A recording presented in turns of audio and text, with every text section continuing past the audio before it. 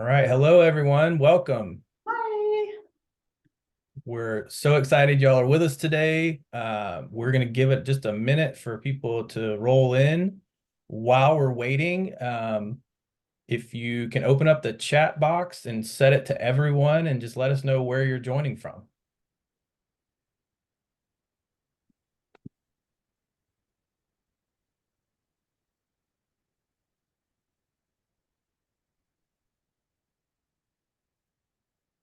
We'll have everyone's permission to do that. Yeah. All right. And I appreciate everyone taking time from their day. You might be on lunch break to join us. We love having these webinars where we can interact and really have some good conversations. Oh, Tornado. tornado watch. Be careful. And that's why I have not left the West Coast. No tornadoes over here. Oh, Milledgeville. I know Milledgeville well. I used to work with a school down there.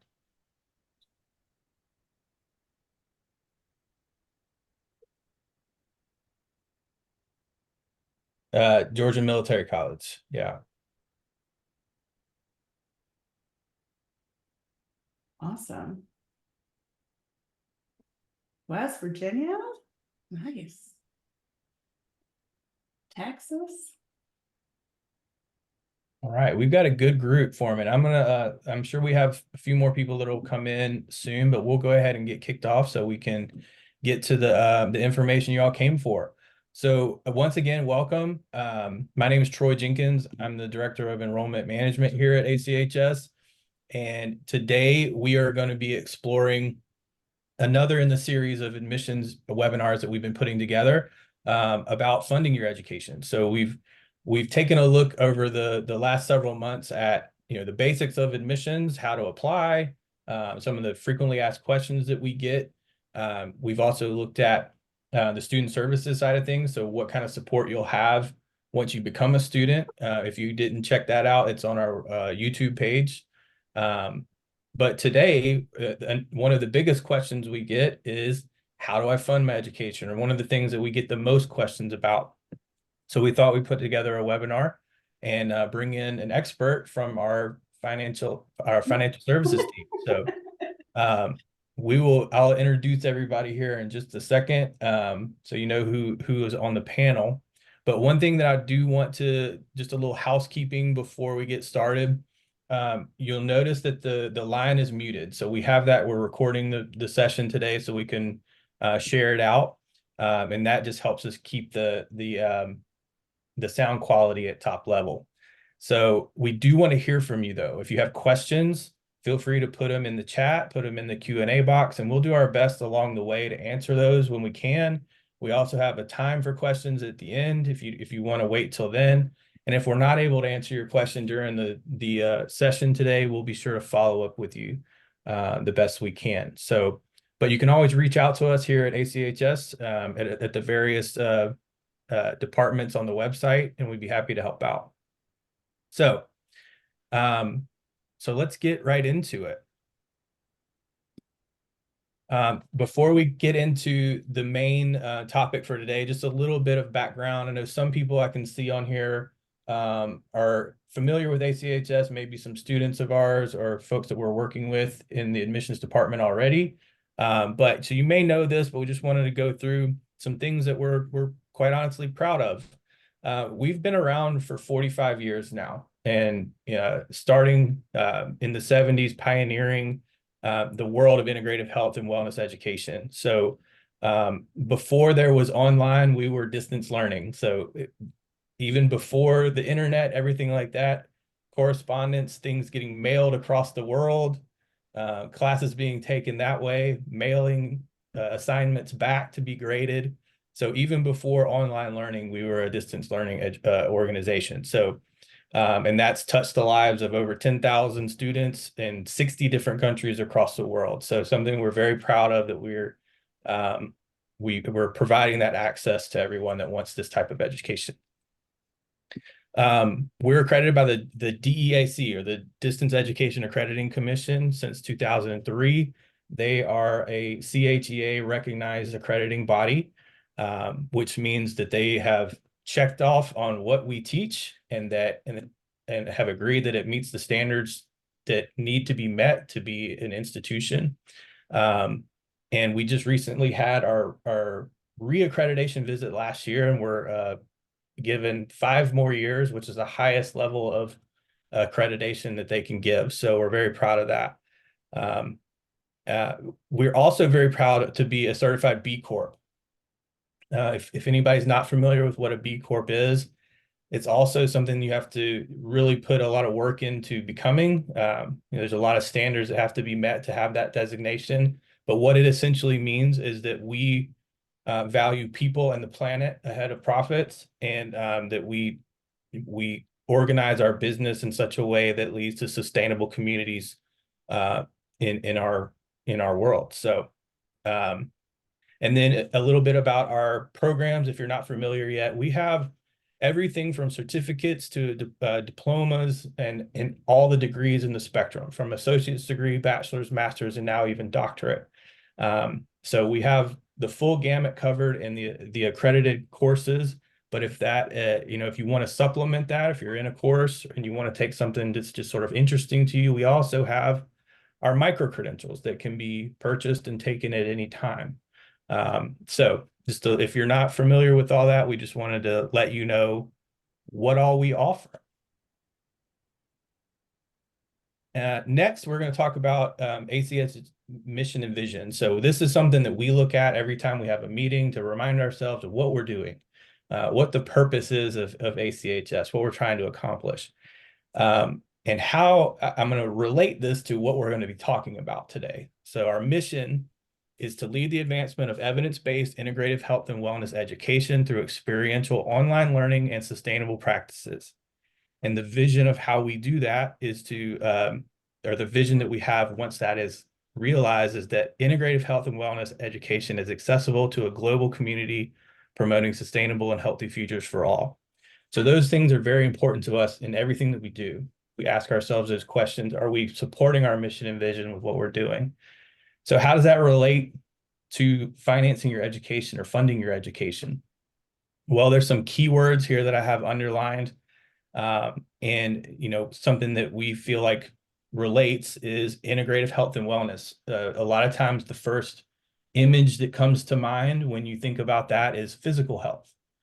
But really, integrative health is a much broader spectrum than just physical health. It takes into account mental health, emotional health, spiritual health, all those things coming together for the whole person. What we also feel like fits into that is financial health. So as a school, as an institution, we want to make as many avenues possible for our students to fund their education so that they have the ability to have a sustainable future. So our idea of a sustainable future is one where you can get the education that you need to go out and accomplish your goals, start a business, get a job in the field that you want to be in, help people in integrative health and wellness avenues, but also do it in such a way with as little burden of student debt as possible. So that is all about making this accessible, but in a sustainable way. So we're going to look at some things today that it's not just about the financial aid system, but a lot of different avenues that are available to our students that you may not be aware of. We meet with students all the time that either are new to college or have been to college before, and they think that the only way that they have to fund their education is to fill out a FAFSA and see what you're eligible for and take out loans. And while that is a tool that a lot of people use, and it helps a lot of people go to school, there are other ways that you can supplement your funding of your education to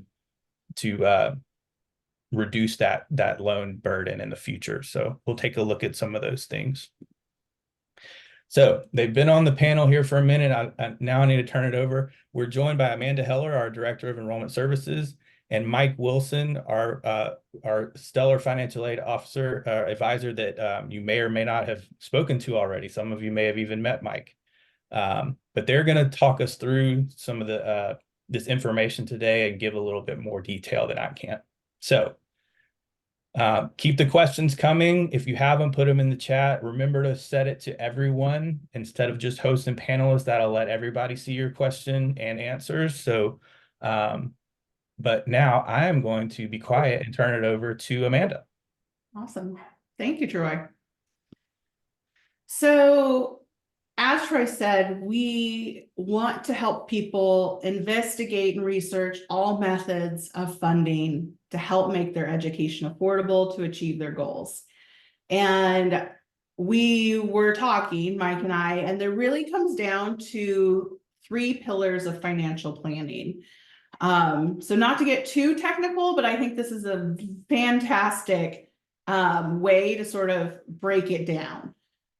The initial investment, the ongoing investment, and then the remaining balance of your education. So when we're looking at the initial investment, if you have already spoken to someone at admissions or a financial aid office or been to school before, you know, the first step is, what do I want to do? What am I passionate about? You start researching colleges, you find the program that just, you know, ignites that fire, and you start the process, you get accepted to the college. Then what? How do we cover the expenses? So we're really taking a look at the full picture. What funds have we set aside for school? Some people are in a position, maybe while they've been trying to figure out what they want to be when they grow up, been putting a little money aside every month and saving up. Or maybe you have a family member who put together a college account for you. There's a lot of different resources to provide those initial investments. So I see with the students I work with, sometimes that means pulling from personal savings, the 529 college plans, general overall family support. One of my favorite things about my job is learning about my students' support systems. And I've heard of aunts, grandparents, parents, coming together to actually help provide a foundational, financial support for someone going to school. We've seen students put together crowdsourcing just to even like pull together support from friends and family again to help cover expenses. Maybe it's something, it seems really simple, but again, a foundation and a basis to work from. We have students that have just overall existing income. You have a consistent employment opportunity that offers you the position to go back to school. We also see other sources like vocational rehab and military benefits. But that initial investment is sort of our core first thing to look at. How can we provide a pathway to decrease the burden of student loan debt if possible? And if nothing else, reduce the amount of student loans someone may have to use, so it just really decreases the amount they have to borrow and that potential interest and fees that are accruing on the back end. Not people's lives change, situations come up. So I always want to be clear that even though we're looking at all these different funding options to pull together to cover your expenses and investment for school, we know that these things may be modified, they may be added on. For example, I've had students that get new jobs while they're in school and have a new source of employment and educational benefits they can use. So they might tap into that after they've started their program. But it really gives each person ownership of their education and the investment they're making, like putting together a plan and having somewhere to start, because it can be hard putting all those pieces together. So it's just laying that foundation. Next slide. And Amanda, before I move on, I think you touched on it. I definitely wanted to highlight that this is a thought process we want to go through with everyone. And we 100% know that everybody's situation is different. Not everybody has the same access to savings or income or things like that. It's just the first rock we want to look under is what might be there in the initial investment. So yeah. So again, everybody's in a completely different place of their life and situation. So it's just, yeah, pulling where can we start and what do we have to work with? And then the next step is the ongoing investment. So we may or may not have those foundational funding methods to pull from. We can see how that applies towards the cost of your education. Then it's like, how do we continue to find funding for school? Because maybe you have some of those supports or ways to help cover expenses, but we need a little bit more. So one method that I had a lot of students actually participating in is making monthly payments for school. And again, we know not everyone's in a position or has the luxury of paying for their education outright. But there are ways to help offset the full cost of your education and make it as affordable as possible. And Mike put together this really cool graph that takes into account everything from small to larger payments and how they actually can offset and save you money in the long run. So yes, we may need to look at student loans, but how can we keep that burden of super high student loans like away? Like, because we all see the news, we see everything happening in the world, and it can be a little scary. So Mike, can you explain the graph a little bit about how these contributions can make an impact in the borrowing long term?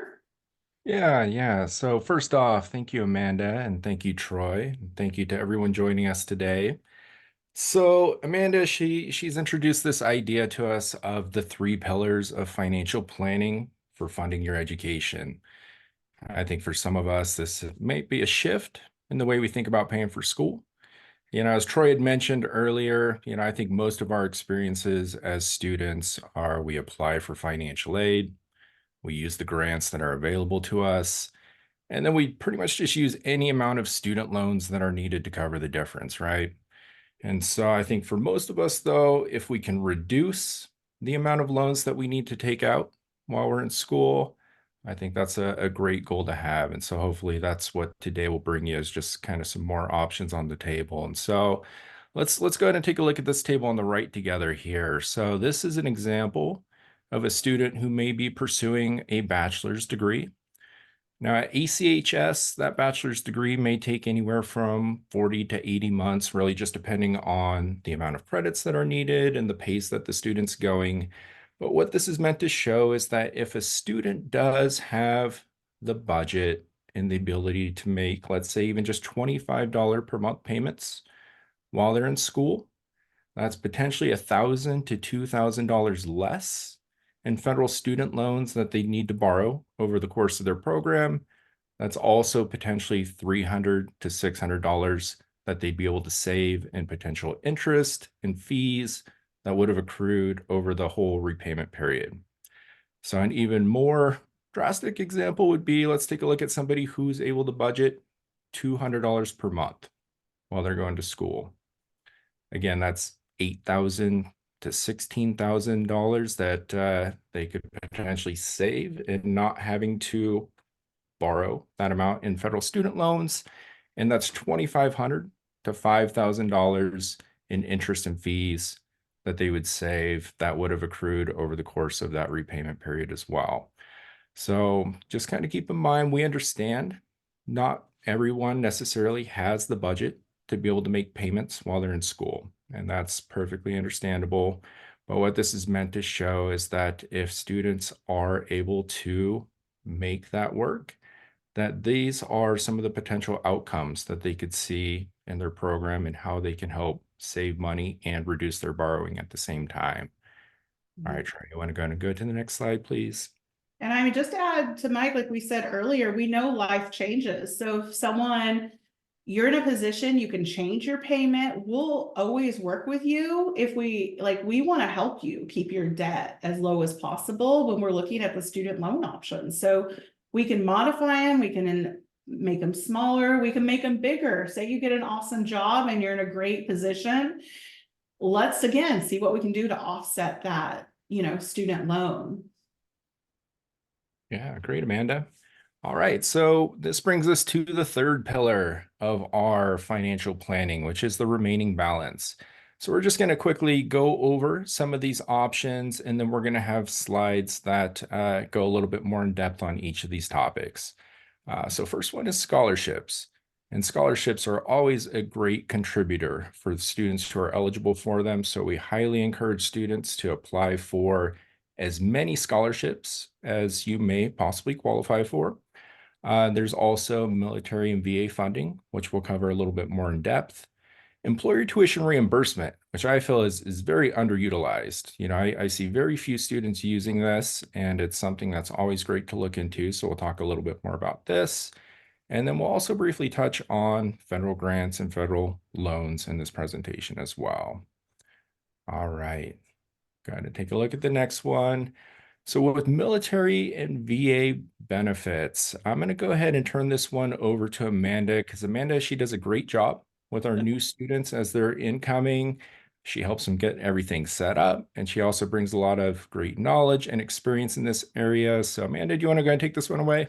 Yeah, I actually worked with our VA department for a few years. Well, I've been here for 11 years, and I have a little bit of a niche for the VA. So some students, you may think, like, I actually get a lot of questions from dependents, like children and spouses of veterans and active duty service members, not just the active duty service member themselves, but there are all kinds of VA benefits that someone could potentially be eligible for through one way or another.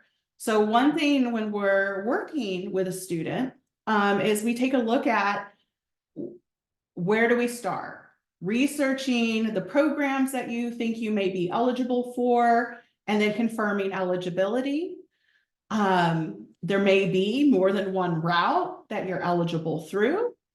And who do we contact, or how do you start the process? So one thing I'm really proud of is our full admissions team is very well educated with VA benefits. So although we have a VA department, anyone on our admissions team can help you, guide you through the process of navigating, you know, as we sort of go down these questions, and helping you figure out what you might be able to utilize, or if you already know for sure what you're eligible for, how to put that funding into place. So you have well-educated people that are supportive to help you take advantage of these benefits, or even connecting to scholarships a little bit, researching scholarships you may be eligible for through relationships such as parents, spouses that are in the military. And these benefits can cover everything from that someone may be eligible from very small amounts to full cost of one's education. So again, it's just another method of payment and another rock we want to look under if you are connected to someone in any way in the military. These benefits can be used with other benefits. So if someone has some VA benefits, but they only cover certain parts of one's education or a certain percentage, again, we'll look at other methods. Do we have a monthly payment option? Do we want to see, if we're undergraduate students, file your FAFSA to see about grant eligibility? Again, we're here to help you put the pieces and the puzzles together. Next slide.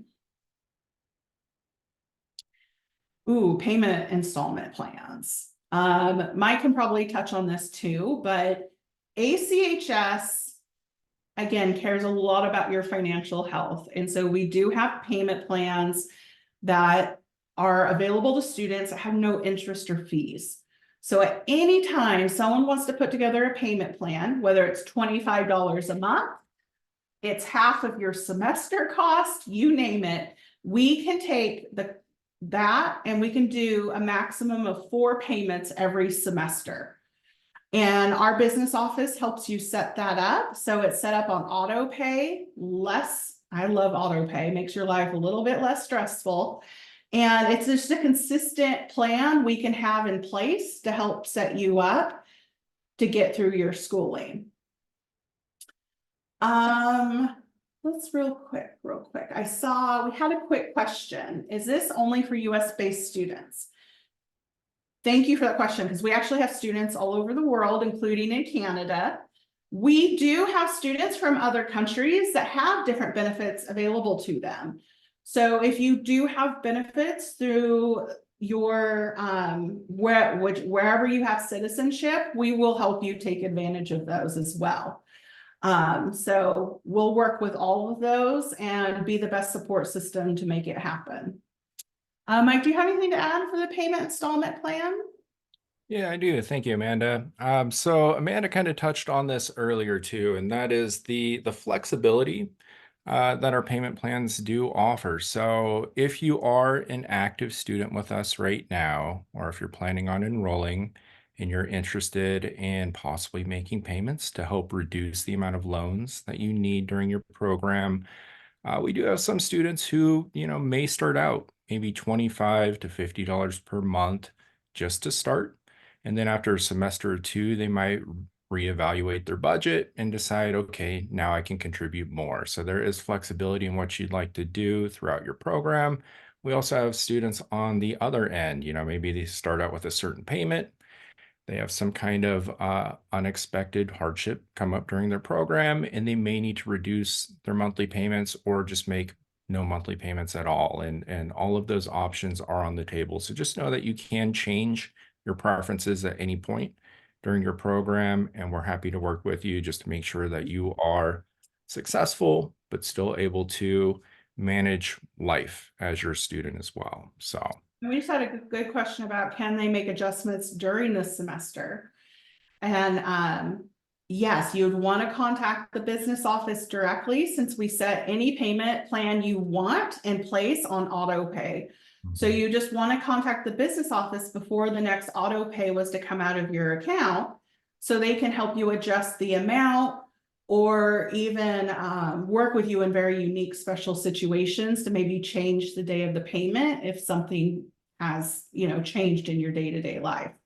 So yeah, it's just about communication, so we can support you with that, for sure. Just to piggyback on that too, that's a great question. So when it comes to the financial aid side of things, if you are, let's say, utilizing federal student loans in that semester too, we can do a couple things to also help work with that. So for example, if you're choosing to increase your payment, but we've already received student loans for that semester, we can refund a portion of your student loans back to the Department of Education if you'd like. We can also do the opposite. So as long as you're eligible for additional student loans, if you needed to cut back on your payments in that semester, we could also help to set up additional student loans to help cover that difference too. So all of those options are on the table for you. Great question. All right, let's go to take a look at the next slide together. Ooh, scholarship. Yeah, scholarships. Yeah, so we do get a lot of questions on scholarships, and scholarships are a wonderful way to help fund your education. We do provide some resources here, such as FastWeb, Scholarship Owl. These websites are meant to just give you a list of available scholarships to apply for. So we do encourage students to apply for as many scholarships as they think that they could potentially qualify for. Yeah. We also do have an internal scholarship as well, which is the Adult Scholarship, which does award $1,000 to up to 10 recipients each year. So if you are an active student with us or planning on being a student with us, we greatly encourage that you put in for that scholarship as soon as you get a chance, because that's funding that can definitely help. I mean, I think you had some things you wanted to add about scholarships as well, right? I do. I very uniquely was, when I left high school, first generation college student, and my parents were not in a position to pay for school. So I did a lot of scholarship searching, and I'm very grateful still today. And the scholarships I did find were awarded to help me fund my schooling. And I know that's not always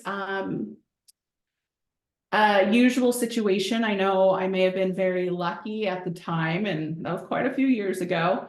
But there's still to this day hundreds and thousands of dollars of scholarships that exist, and some that go even unawarded because nobody applies. And that is real story. So my first advice is, you want to look for scholarships year round. Do not look just once a year. It's very easy to be like, I'm going to apply for a lot of scholarships in the fall to prepare for winter. Unfortunately, just how timelines in the scholarship world works, we can't do it that way. What I recommend is you start researching scholarships and create yourself a little spreadsheet. Literally, a spreadsheet with a list of the scholarship programs, the website link, and the dates that they open up every year and the date they're due. Because you can apply for scholarships any day of the year based on when they're open and when you need to apply for them. But anytime you may be awarded a scholarship, that can be applied to your college account and offset your college expenses. And it may be able to, if you are using any student loans, provide a position if you're awarded any scholarships to borrow less loans that following term. But I tell students you even want to apply up through your last term of school. So if you're in your last semester of your associate's degree or your master's degree, and you get awarded $500, that's $500. You know, maybe you pay off one of your student loans early or use it to make some of your payments. Again, all free money is good money. And so it's just being strategic, diligent, and don't let yourself get discouraged, because you could apply for 200 scholarships and not hear back. It's like applying for jobs, right? You may apply for 50 and maybe you get awarded a couple and win those.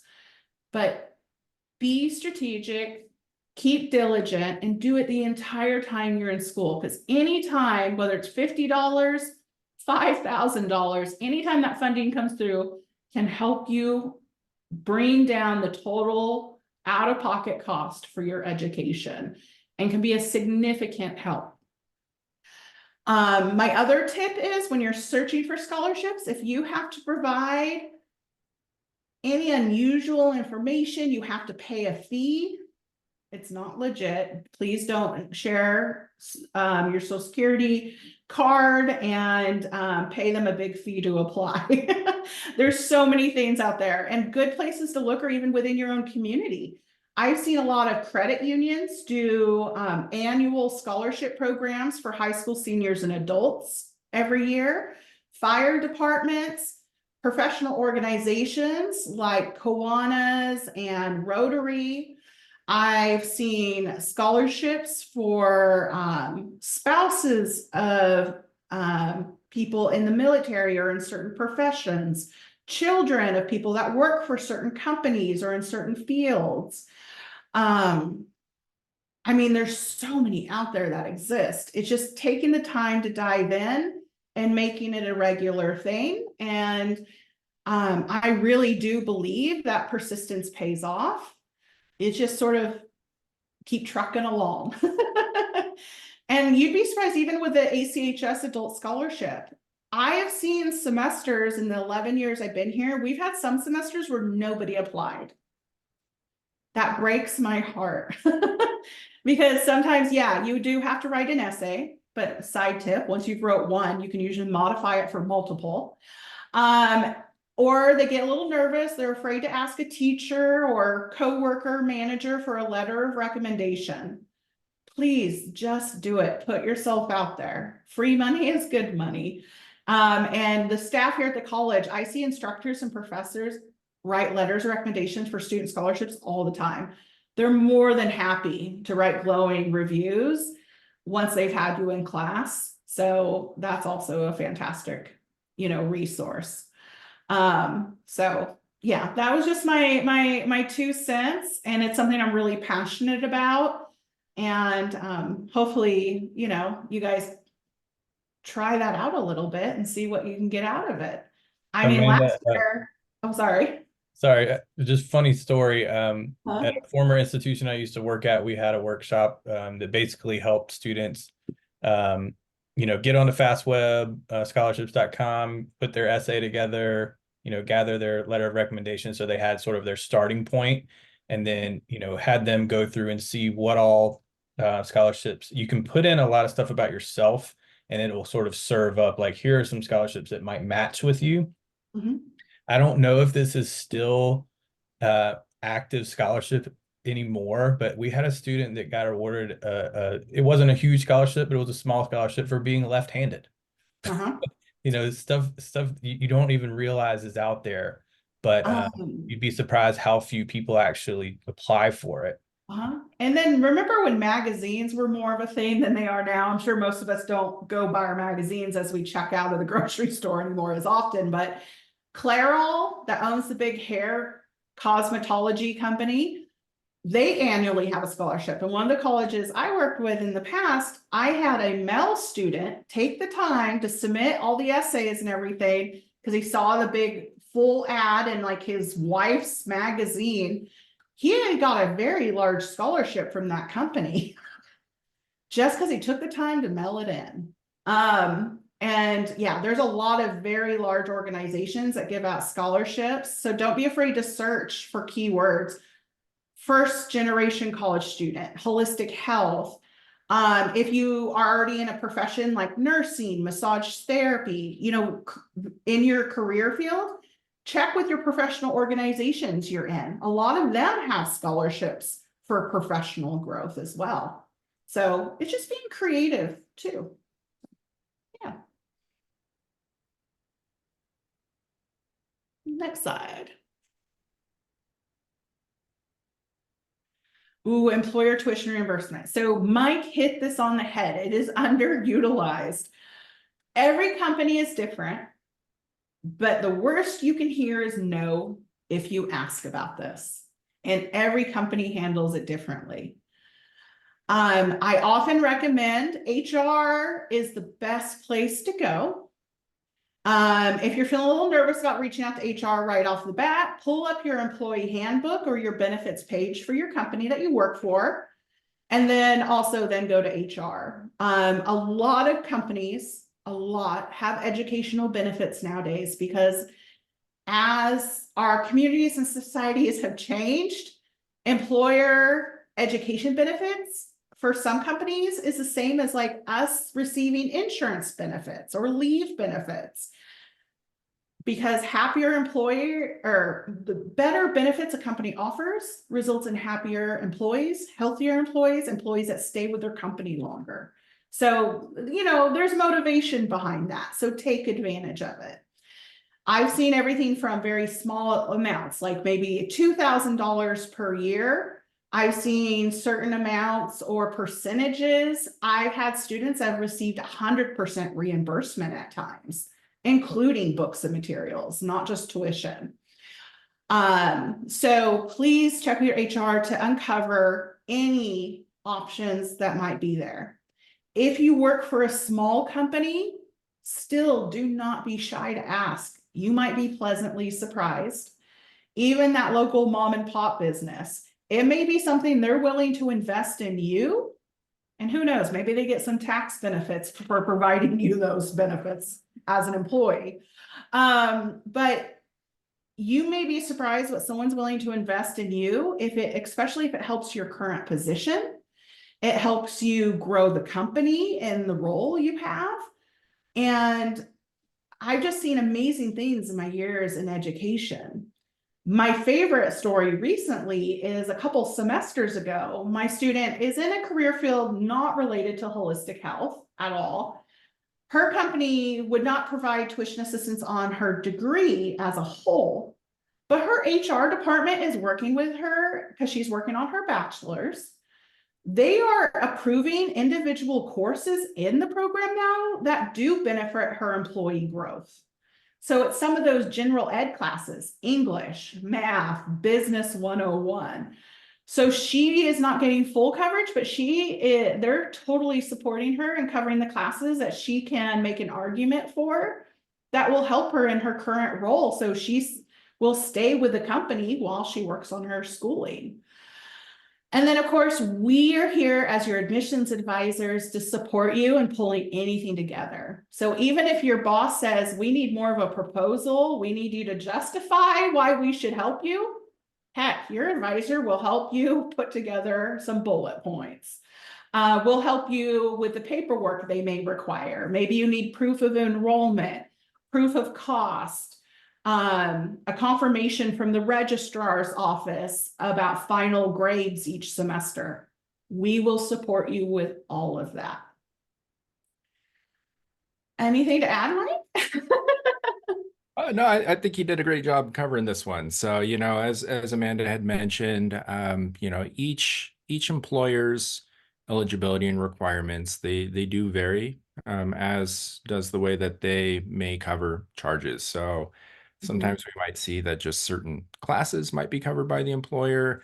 Usually it's an annual amount that they're willing to cover, and so just check in with your human resources department, see what's offered.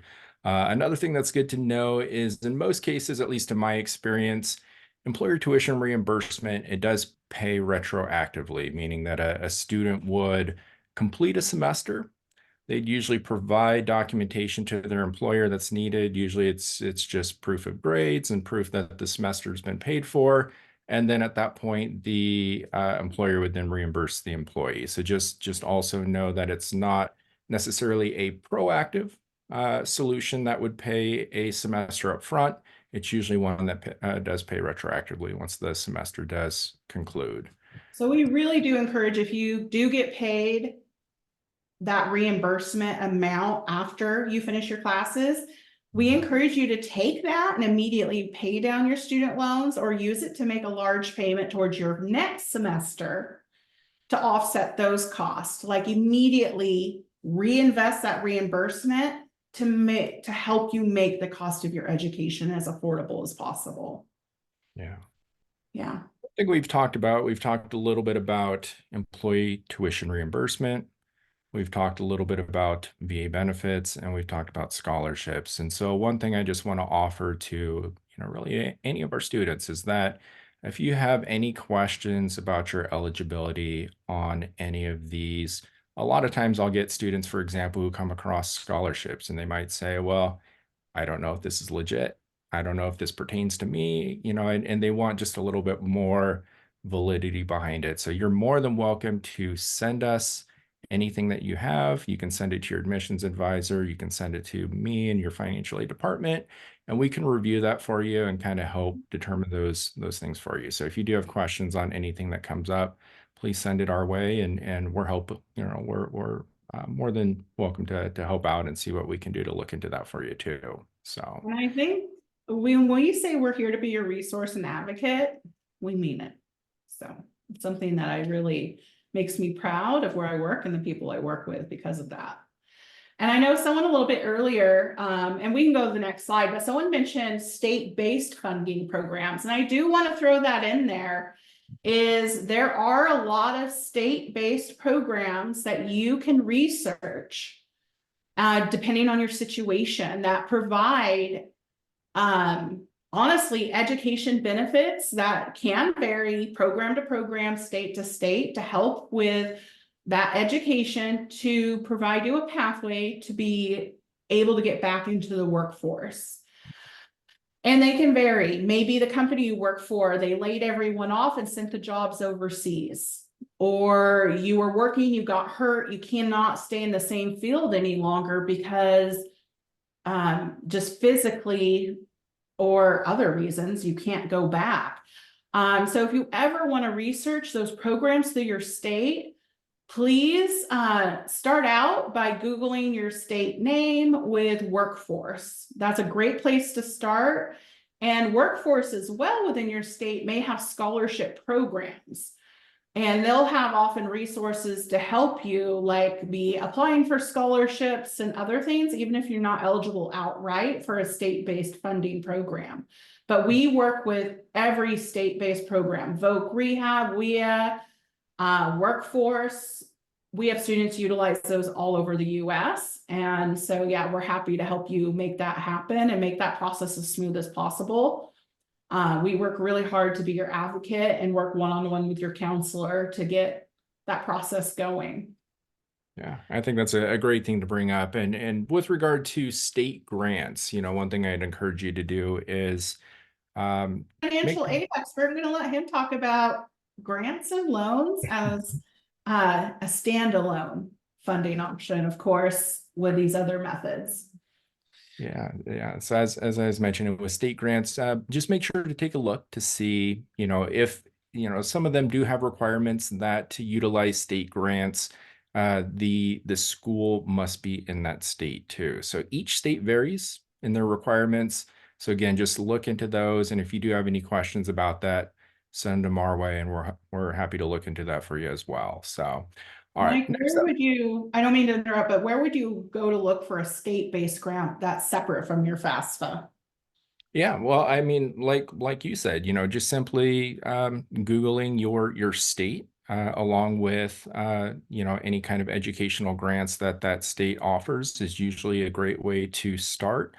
We also do have resources on our website that can help get you there too. So we have a link that will take you to different state grants and what each state offers as well, and so that can help get you pointed in the right direction. So if anybody would like that information, we'll go ahead and we'll put that link in the chat towards the end of this presentation. So And great. I'll just add a good place to start if you want to get like all of the details, and it may be more details than you were bargaining for, is to go to your state's Department of Education site.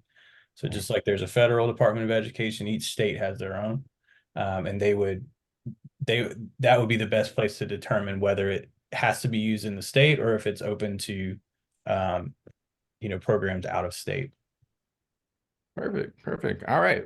Well, these last couple slides that we're going to look at, we're just going to touch briefly on federal grants and federal loans. So we're not going to get too in depth here because the purpose of today is really to just kind of cover a lot of options that are available to you. And so when it comes to both federal grants and also subsidized student loans, both of these are for undergraduate programs only. Both of these are also need-based aid. So what does that mean? Need-based aid just basically means that students would need to qualify for these types of aid as determined by the FAFSA. Usually it's based on income as one of the main factors, but again, the results would be determined by the FAFSA when you complete it. And then also we have unsubsidized loans on here. Unsubsidized loans are offered at both the undergraduate and the graduate levels. It's non-need-based aid, meaning that as long as a student is able to qualify for federal student loans, then in most cases, all students would qualify for unsubsidized loans. Now, a big difference between the subsidized and unsubsidized loans is that the subsidized loans do not accrue interest while a student is active in school. As long as you're taking at least 6 credits or more each semester, those subsidized loans are not accruing interest while you're in school. And even the first 6 months, once a student is out of school, it's known as your grace period. During that period of time, those loans are also not accruing interest. And so those are usually the first type of loan that students will set up just because it's a little bit more advantageous for them. And then with the unsubsidized loans, those ones do start accruing interest from the moment that they're dispersed and while a student is in school. And so what we do have some students doing is if it works well for their budget, a lot of students like to utilize the federal Pell Grant that's available to them.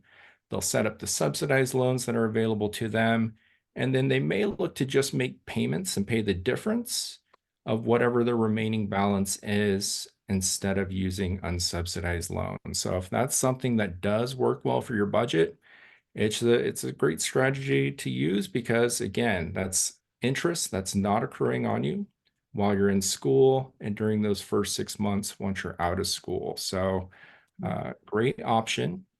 All right, let's go ahead and take a look at the next slide here, which is And I just was going going to mention, just to go along with what Mike's saying, is you can choose what loan you use and how much of that loan. So if you do have a budget in mind, you can choose to only borrow a very specific amount of loans.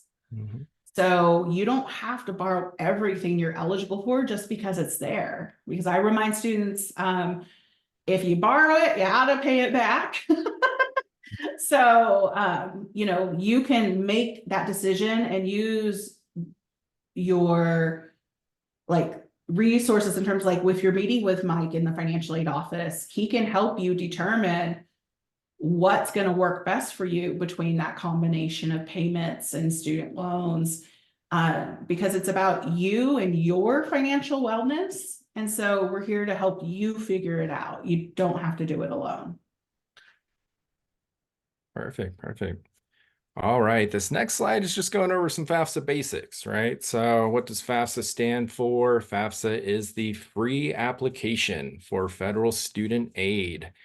Now, this should take students typically less than an hour. Now, if any of you have completed this most recent FAFSA, the 2024-2025 FAFSA, maybe you found it took a lot less than that. So Department of Education, they did this major overhaul with the FAFSA this year, and they made it a lot more user-friendly and a lot quicker. So a lot of the feedback I've had from students is it's usually taken between like 20 to 30 minutes now, which is great.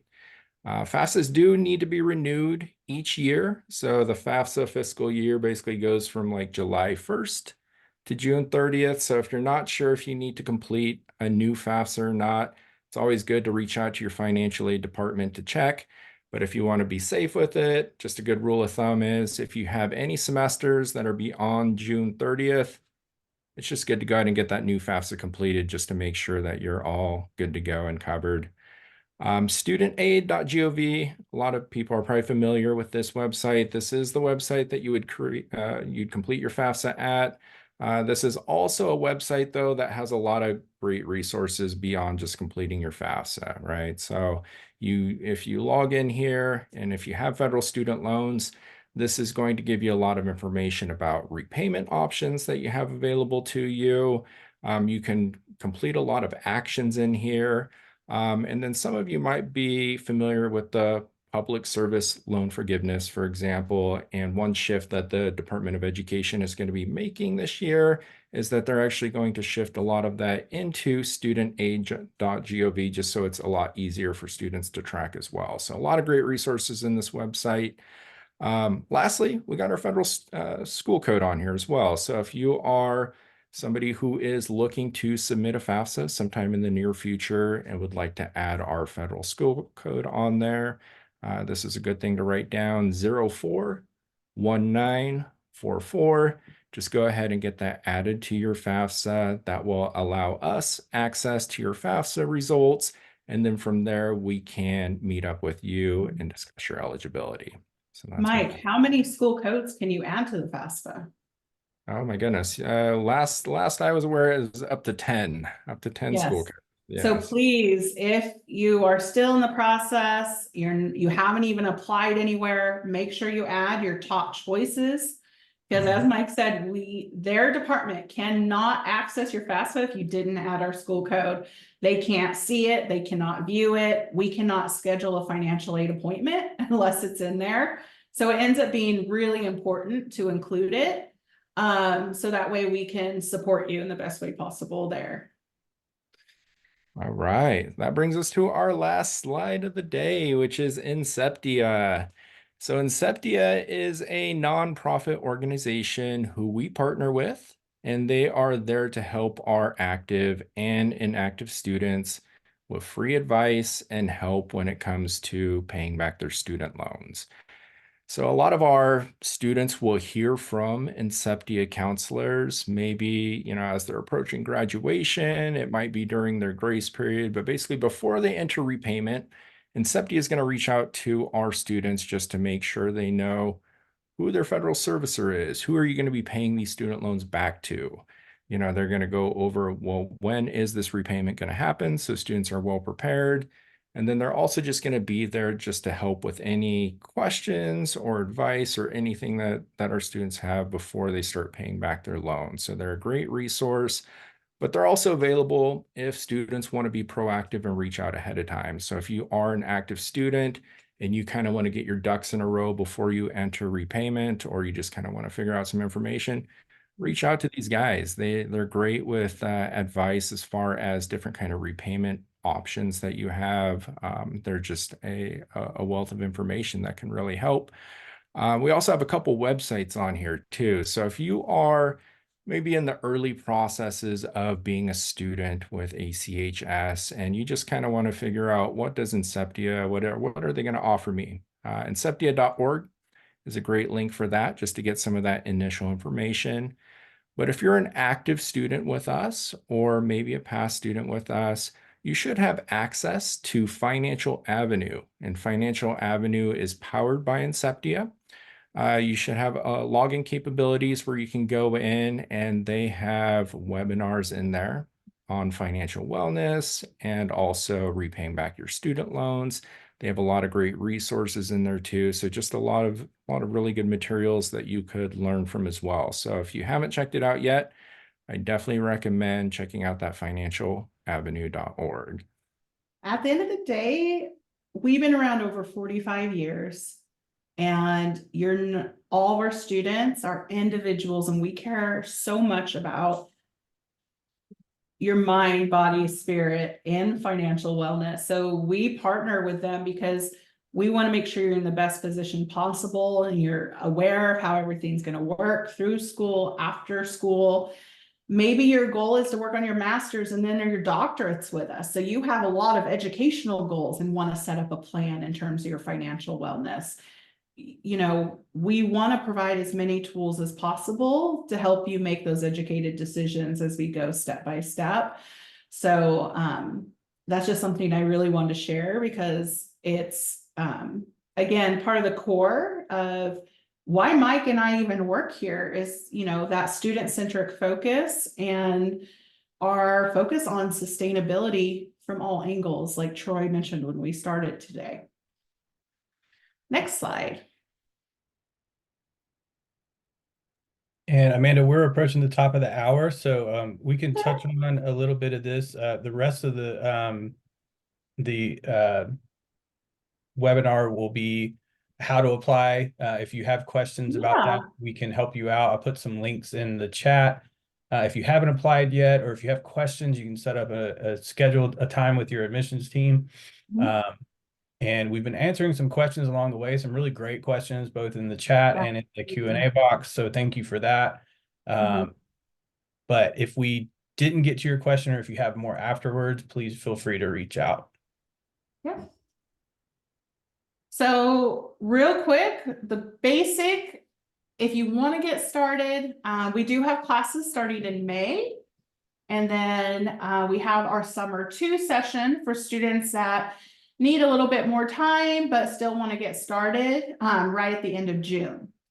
We have an online application that takes about 20 to 30 minutes. It has some questions about your goals, your background, where you want to go with your goals academically and professionally.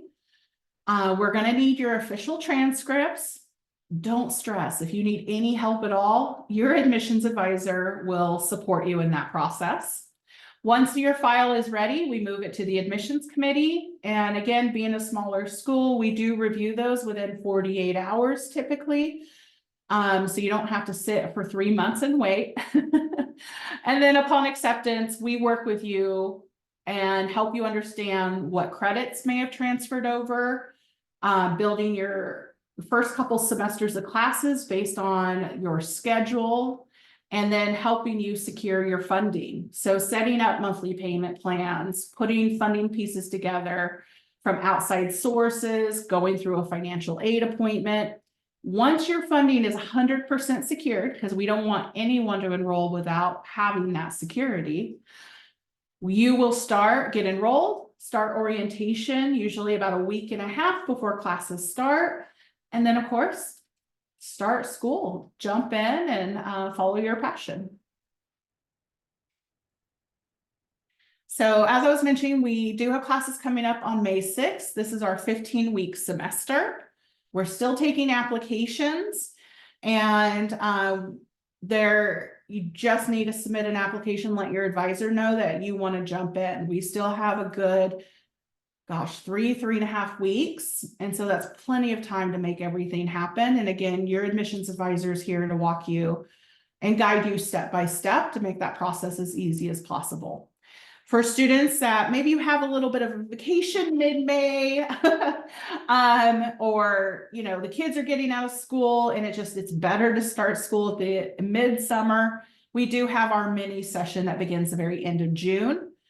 And here's the awesome thing about the summer 2 session. You can still get into a couple of classes and you'll take finals at the same time our summer students do. So we can still start working on your goals, and then come fall, you would move back into the traditional 15-week term. So a lot of opportunities for you to jump in and start working on the programs that you're passionate about. Next step or slide. Here's our team. Again, you may have already spoken with somebody, but you know, we work with a group of admissions advisors. All of our ladies are extremely passionate about the work they do, and they're passionate about helping you achieve your goal. No question is a bad question, and they're here to be your advocate and resource each step of the way. So feel free to reach out. You can make an appointment with anybody. We all work together to support you. And I would add to that, Mike Wilson and Megan Reedy Champion are Yeah, financial aid. in the financial planning department. Since that was our topic of discussion today, also a big part of the team. Yeah. We really appreciate everyone joining us today. Thank you for going a minute or two over with us. Again, if you have questions, please reach out, visit our site. We will be posting this video on YouTube in the near future, but we'll also be sending it out to everyone in an email shortly. In addition to that, check out our social media pages, make some comments, follow us, and we'd be happy to help you out. Yeah. Have an amazing weekend, everyone. Take care. Thanks Thank all. you, guys.